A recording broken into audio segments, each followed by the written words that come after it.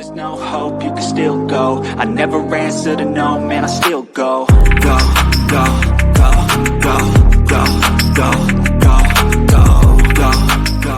¿Quién es Gustavo Petro? ¿Por qué no temerle a sus propuestas? Y más aclaraciones frente al líder del progresismo en Colombia. Sus estudios. Economista de la Universidad Externado de Colombia, tiene estudios en especialización en Administración Pública de la ESAP, estudios de Máster de Economía de la Universidad Javeriana, especialización en Medio Ambiente y Desarrollo Poblacional en la Universidad Católica de Lovaina, y estudios de doctorado en Nuevas Tendencias en Administración de Empresas en la Universidad de Salamanca. Gustavo Petro fundó junto con los desmovilizados del Proceso de Paz, el partido político Alianza Democrática M19, movimiento que logró un gran respaldo popular, y que participó en la redacción de la Constitución de 1991. Con el apoyo de este movimiento, Petro llegó a la Cámara de Representantes en 1991 por el departamento de Cundinamarca.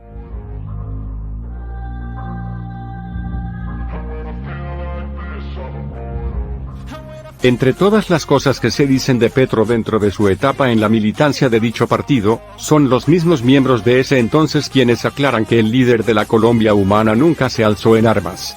Su participación fue netamente ideológica y política, liderando siempre las iniciativas mediante las cuales Colombia se dirigiera por el sendero de la paz y el desarrollo económico de todas las comunidades en general.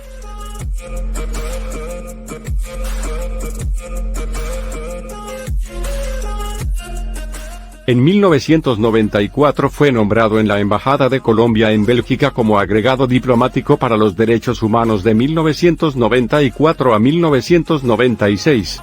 Regresó a Colombia en 1998, y aspiró nuevamente a la Cámara de Representantes, esta vez por la circunscripción electoral de Bogotá con el aval del movimiento Vía Alterna que había fundado junto con otros ex militantes del partido M19.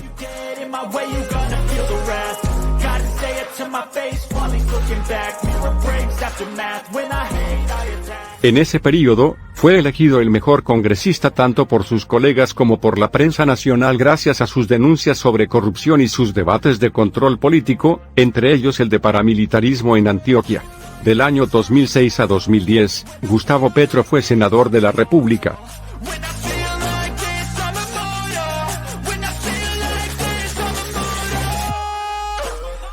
Posteriormente fue elegido alcalde mayor de Bogotá de 2012 a 2015. En 2018 candidato presidencial por el Movimiento Significativo de Ciudadanos, Colombia Humana, con una votación histórica de más de 8 millones de votos, y haciendo uso por primera vez del Estatuto de la Oposición, Ley 1909 de 2018, al ser la segunda votación en las presidenciales, es ahora senador de la República para el periodo de 2018 a 2022. Un luchador contra la corrupción. Desde el Congreso destapó escándalos como el de Odebrecht y su relación con la Fiscalía, el carrusel de la contratación, la zona franca de Occidente, las chuzadas del DAS, el mal manejo de fondos públicos por parte de la DIAN, entre otros. Como senador destapó los nexos entre paramilitares y políticos que controlaban el 35% del Congreso. Hasta hoy, más de 60 excongresistas han sido condenados gracias a sus denuncias. Un buen administrador. Gustavo Petro obtuvo la tasa de desempleo más baja en lo corrido de este siglo en Bogotá, un promedio de 9% según el Departamento Administrativo Nacional de Estadística de Colombia. Durante su gobierno en Bogotá, implementó el mínimo vital gratuito de agua potable para estratos 1 y 2. De igual forma, sacó a 500.000 de personas de la pobreza multidimensional en Bogotá según el Departamento Administrativo Nacional de Estadística, y redujo el indicador de desigualdad al punto más bajo en lo corrido del siglo.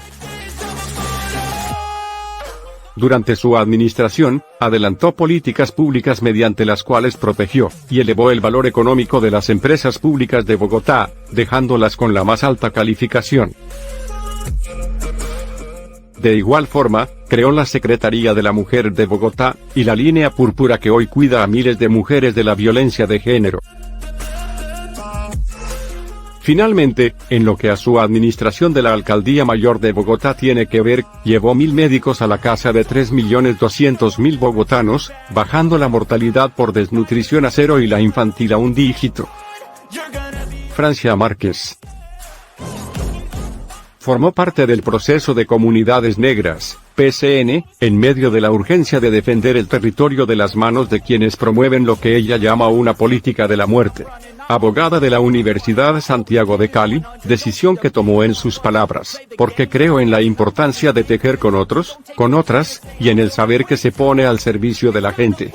Como resultado de ese proceso colectivo recibió el Premio Nacional de Derechos Humanos en 2015 y el Premio Ambiental Goldman en 2018.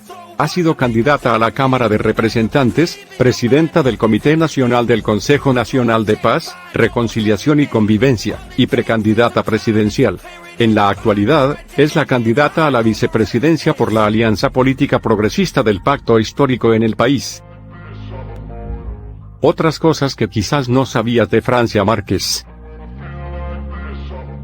1. Líder social, se vinculó muy joven al proceso comunitario que se opuso al represamiento del río Ovejas, el corte del territorio ancestral del corregimiento de La Toma en Suárez, Cauca, y su desviación a la represa Salvajina.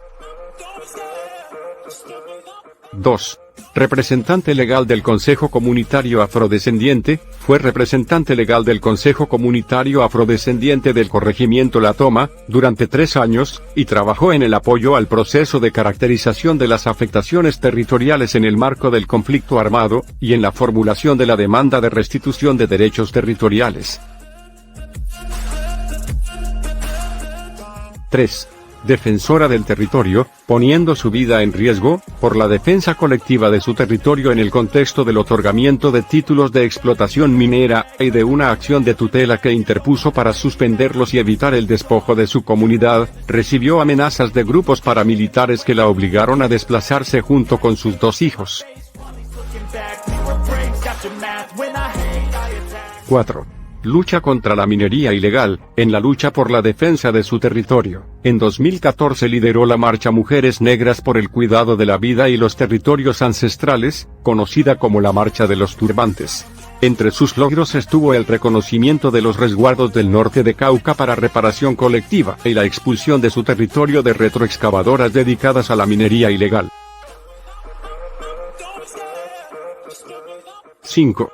Proceso de paz, en el marco de los diálogos entre el Gobierno Nacional y las FARC, trabajó desde el proceso de Comunidades Negras, y la Comisión Étnica para la Paz en la incidencia para la participación de los pueblos étnicos, que tuvo como resultado el Capítulo Étnico para la Paz.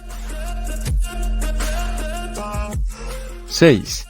Abogada de la Universidad de Santiago de Cali, estudió Derecho en la Universidad Santiago de Cali, y se graduó como abogada con la tesis El Derecho Fundamental a la Consulta Previa y el Racismo Estructural en Colombia.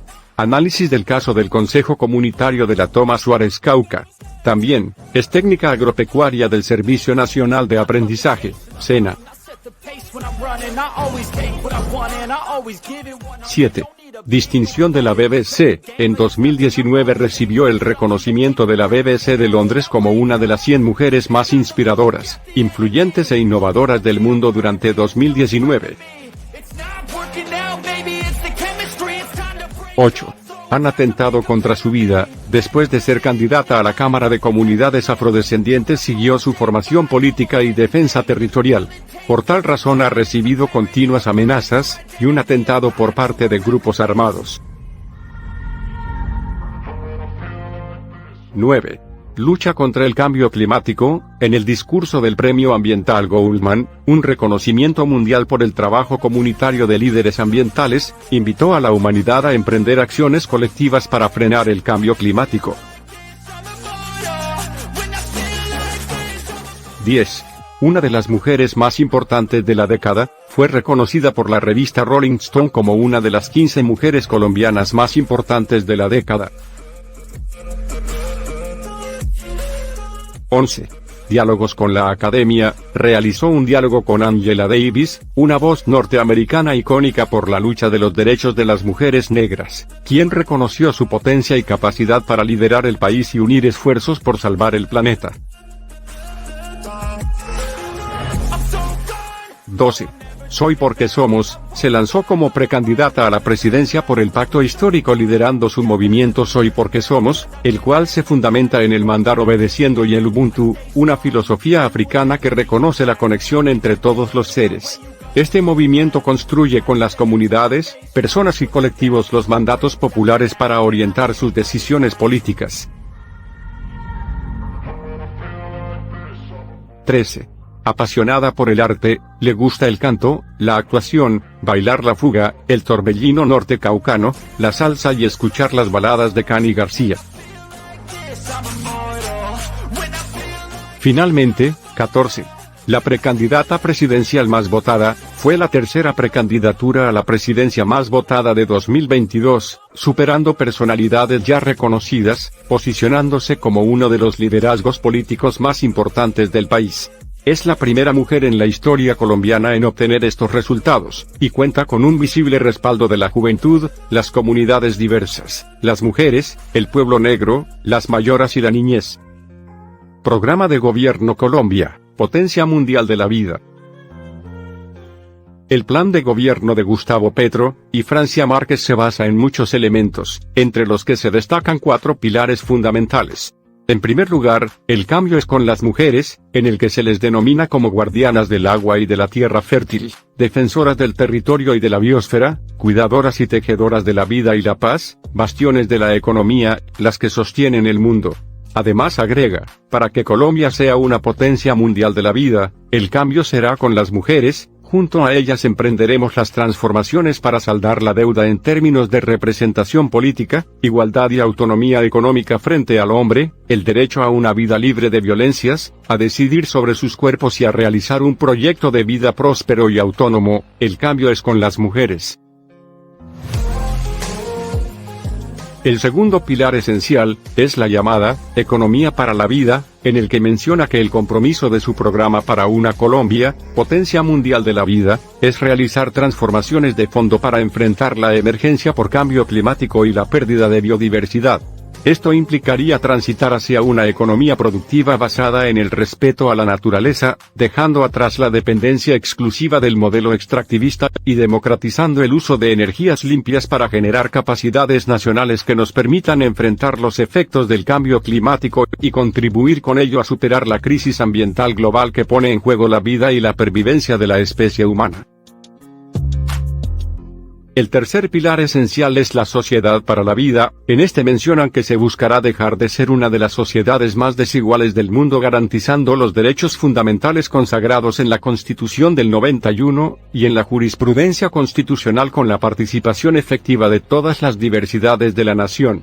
No más corrupción con la alimentación, la educación, la salud, las pensiones, la vivienda, la tierra, el trabajo de la gente y los servicios públicos, en fin, con los bienes comunes fundamento de la dignidad y la felicidad de las mujeres, la niñez, la juventud, los viejos y las viejas, el campesinado, los pueblos indígenas, afrodescendientes, negros, raizales, palenqueros y rom, las víctimas, los migrantes, las personas con discapacidad, habitabilidad en calle y en general en cualquier situación y condición de vulneración de derechos.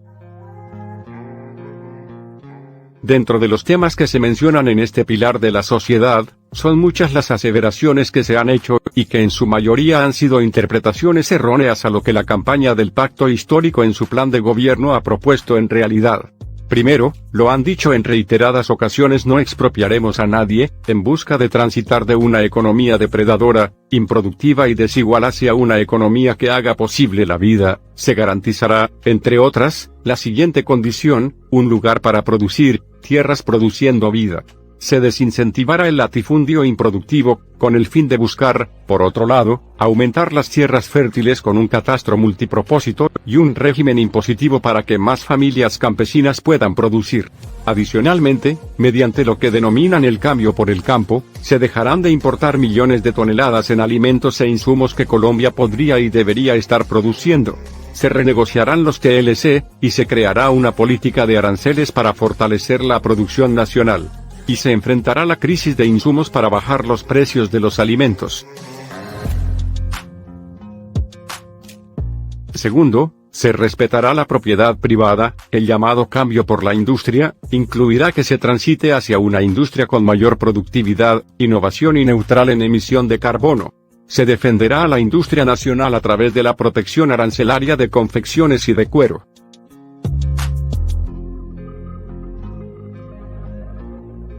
Y tercero, se respetarán todas las pensiones. Mencionan que hoy 3 de cada 4 mayores no reciben ningún tipo de pensión.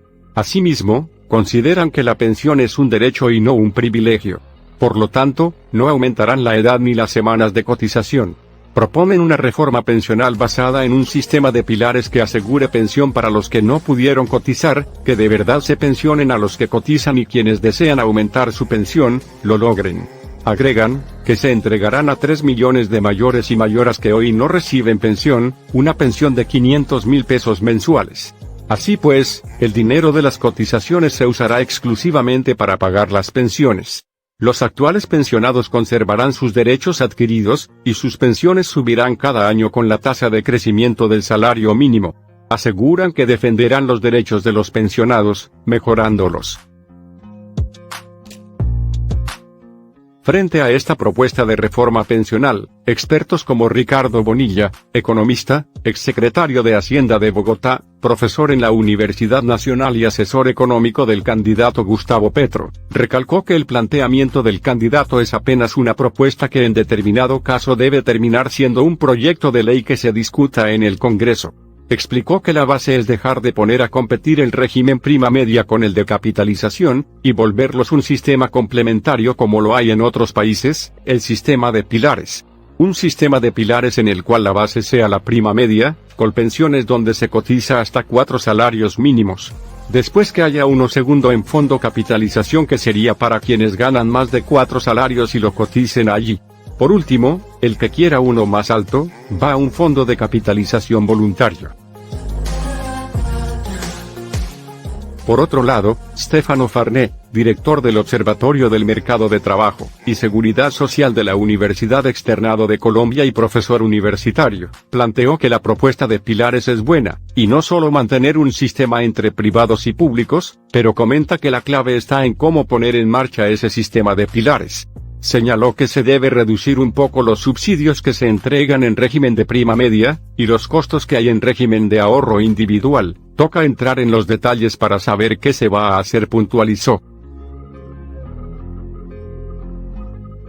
Finalmente, para Florester Salazar, contadora pública con maestría y doctorado en economía, y profesora de la Universidad Nacional de Colombia, el mayor consenso que existe hasta el momento es la necesidad de una reforma pensional, pues cree que, como es, y funciona hoy en día, donde compite el ahorro individual con el de reparto de colpensiones se mantienen las fragilidades, y ningún sistema opera en términos de cobertura, ni reducción de desigualdad, ni en mejora de sostenibilidad fiscal. Finalmente, en el último pilar fundamental se encuentra el Plan de Tecnología para la Vida. Aquí mencionan que el poder transformador de la tecnología contribuirá a convertir a Colombia en una potencia mundial de la vida. De igual forma, en el 2026, todos los colombianos podrán acceder a Internet, sin importar el lugar del territorio nacional en el que se encuentren, a través de por lo menos una solución. Sin conectividad, toda política TIC será insuficiente. Por esto, se comprometen a vigilar y cuidar cada recurso destinado a llevar Internet a los hogares, escuelas y empresas colombianas en cada departamento del país.